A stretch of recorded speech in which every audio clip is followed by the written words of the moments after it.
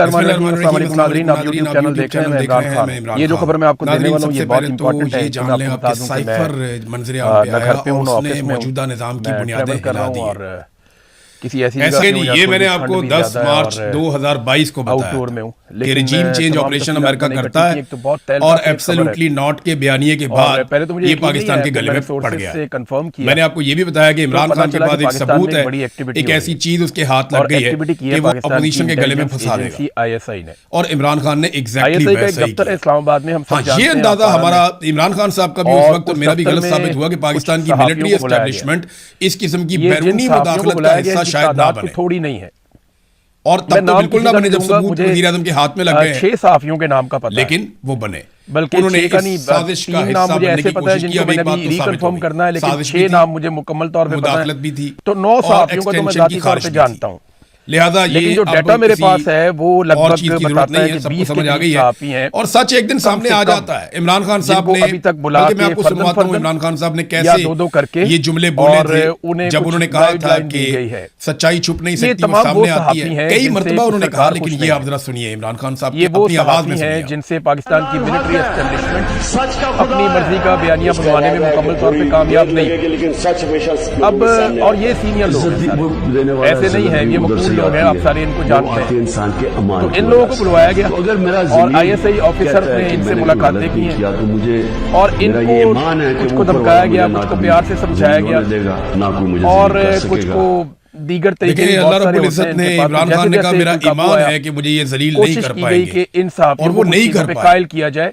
आज 4 साल के बाद इमरान खान साहब का जो सच है वो सबके सामने आकर खड़ा हुआ है। फजलुर रहमान ने कैसे इस बात का एतराफ किया कि जर्नैलों ने अमेरिका के कहने के बाद एक साजिश की और सबको बुलाकर कहा कि तहरीक अदम एतमाद को कैसे कामयाब बनाना है। ये फजलुर रहमान साहब इंकशाफ कर चुके हैं। जरा नदीम मलिक साहब के शो में उन्होंने क्या कहा था, इस मौके पर ये सुनना भी बहुत जरूरी है ताकि सारी कहानी जो है वो तीसरा इन सहाफियों को ये भी बताया गया कि आपने फोकस किन चीजों पे रखना है और किन पर नहीं रखना। फिर आपको पता है किस तरीके से धमकाया जाता है। तो सबसे पहली जो चीज मुझे कंफर्म हुई वो दहशतगर्दी का मामला है। गुज़िश्ता एक हफ्ते में दहशतगर्दी के वाकयात में दर्जनों अफराद पाकिस्तान में शहीद हो गए। लगातार दहशतगर्दी के वाकयात बढ़ते जा रहे हैं और सबसे आसान तरीका यह है कि अफगानिस्तान में डाल दो, इंडिया में डाल दो और अपने आप को बेगुनाह कर दो। लेकिन जब भी दहशतगर्दी का एक वाकया होता है तो वो इंटेलिजेंस का एक बहुत बड़ा फेलियर होता है और इंटेलिजेंस एजेंसियां अपना फेलियर छुपाने के लिए अब सहाफियों के ऊपर दबाव डाल रही हैं कि आपने बिल्कुल दहशतगर्दी के मामला को खुद से नहीं उठाना, बल्कि आपने जो हम बात करेंगे वो बात आपने करनी है। तो जनाब ये देखें ना, तो दहशतगर्दी के मामला पे मीडिया को दबाया गया कि हमने जर्नैलों के कहने के ऊपर जर्नैलों ने हमें बुलाया, नहीं बनानी, हम उनके साथ बैठे एक बहुत बड़ा और उन्होंने हमें हुक्म दिया कि अब आपने तहरीक अदम एतमाद करनी है और उन्होंने बाप पार्टी के लोग, बाकी पार्टियों के लोग, एमकेएम के लोग या इमरान खान की पार्टी के अंदर से तोड़े हुए मैनेज वो इकट्ठे करके अपोजिशन को दिए कि जनाब अब आप हुकूमत गिरा दें। शहीद हो रहे हैं और जनरल बाजवा और जनरल फैज का नाम लिया गया। जनरल नदीम अंजुम मना किया गया लोगों को कि जनाब इससे दुश्मन को फायदा होता है, रहमान साहब ने ये इंटरव्यू दिया था, उस वक्त नदीम अंजुम DG ISI दूसरा मना किया गया कि इकोनॉमी के हवाले से आप लोगों ने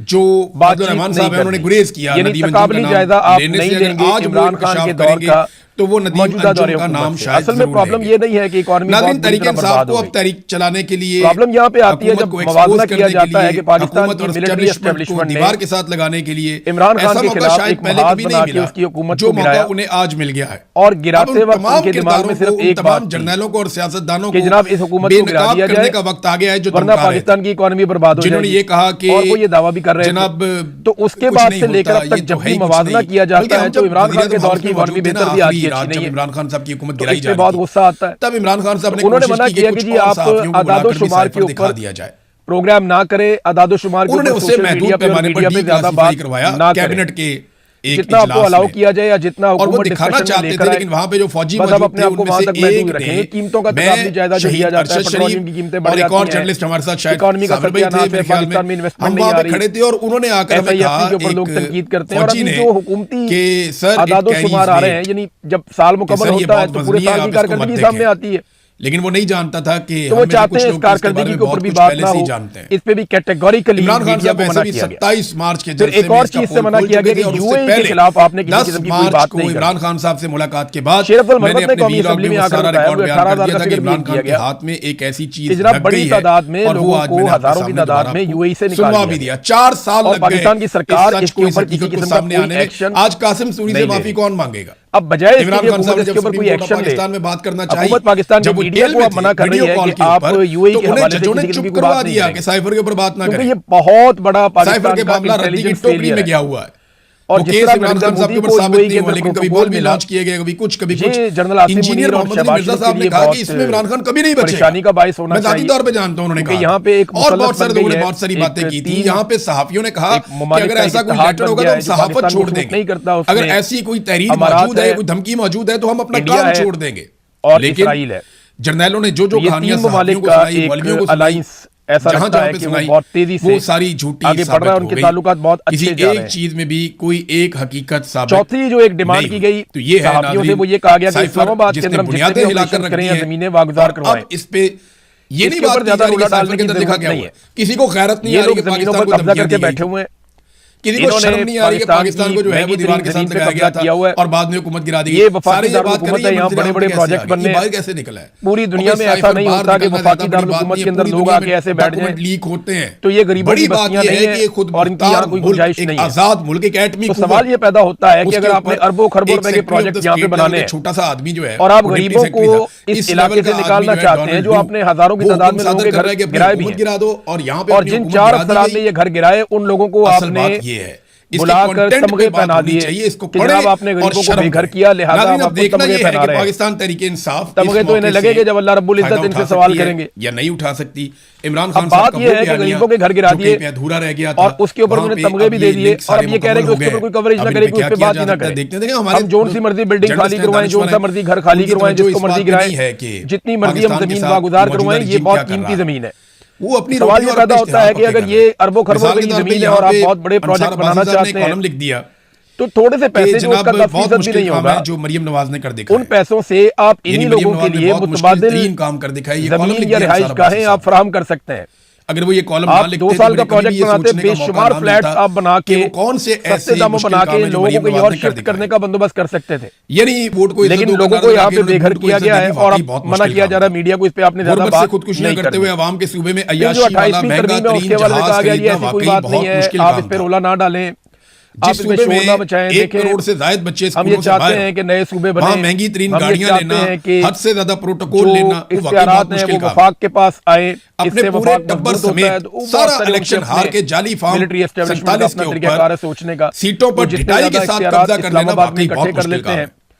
उतना ज्यादा उनका कंट्रोल रहता है पाकिस्तान के ऊपर और एहतराम और मर्तबे में अपने वालिद से भी आगे रखना, ये वाकई बहुत मुश्किल काम। और हाँ, बैड गवर्नेंस के हवाले से उन्होंने करप्शन के बावजूद ढिठाई से खोखले दावे करना, इन चीजों में काम करना है वो एक अलग चीज है। मामले अदालत हजारों लोगों को रखेगी पाकिस्तान तहरीक के हाथों कत्ल करवाना भी पार्टी के अपने अंदर लड़ाई पड़ी हुई है, वो बजाय अपोजिशन करने के तो ये काम नहीं, वो हर वक्त जो है वो आपस में लड़ते रहते हैं, तो मुश्किल काम। जनाब अलीमा खानम की लड़ाई हो रही है, कौम के अरबों रुपए बुशरा बीबी के साथ और अपने बाप की तस्वीर में झोंक देना, आप ये कहो कि अलीमा खानम और बुशरा बीबी लड़ पड़े, बैड गवर्नेंस और बदतरीन माशी बात पाकिस्तान दिखाने वाले सूबे की हुक्मरान होने के बावजूद बार-बार अपनी सहेलियों बहुत सारे गद्दार और साथियों के साथ बैरून ममालिक की सैर पर निकल जाना, आप ये कहोगे भी बहुत मुश्किल। इमरान खान की पार्टी जो है वो तंदूर में हो गई है, बहुत ही मुश्किल। यानी आप इस किस्म की बातें और इस तरह की चीजों को आप डिस्कस करें। मफाद में कौम के साथ में एक मिसाल ये भी दी गई सब लोगों को, ये मंशियात वाली औरत देखें कितना बड़ा मुआशरती मसला है, कितना बड़ा प्रॉब्लम है, लेकिन वो मंशियात सरेआम बेच रही है, लोग गुंडे बने हुए हैं, ये काम कोई और नहीं कर सकता था वाकई।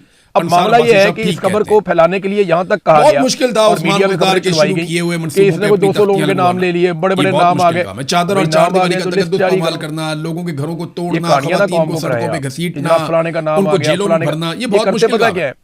अपने बहनोई को बाहर से बुलाकर ओ जनाब ये होने वाला है, वो होने वाला है, बड़ों बड़ों के नाम आने वाले, ये भी वाकई बहुत मुश्किल और बीच में किसी का नाम भी नहीं आता। ये मैं गिनवाना शुरू करूं, ये लोगों को ब्लैकमेल करने के लिए और मुश्किल कामों पे निकल जाए, जो मुश्किल काम हमेशा से पाकिस्तान की एस्टेब्लिशमेंट इस्तेमाल करती है, लेकिन और वही हथकंडे इस्तेमाल कर रहे हैं, बल्कि मुश्किल काम मीडिया को भी मजबूर कर रहे हैं।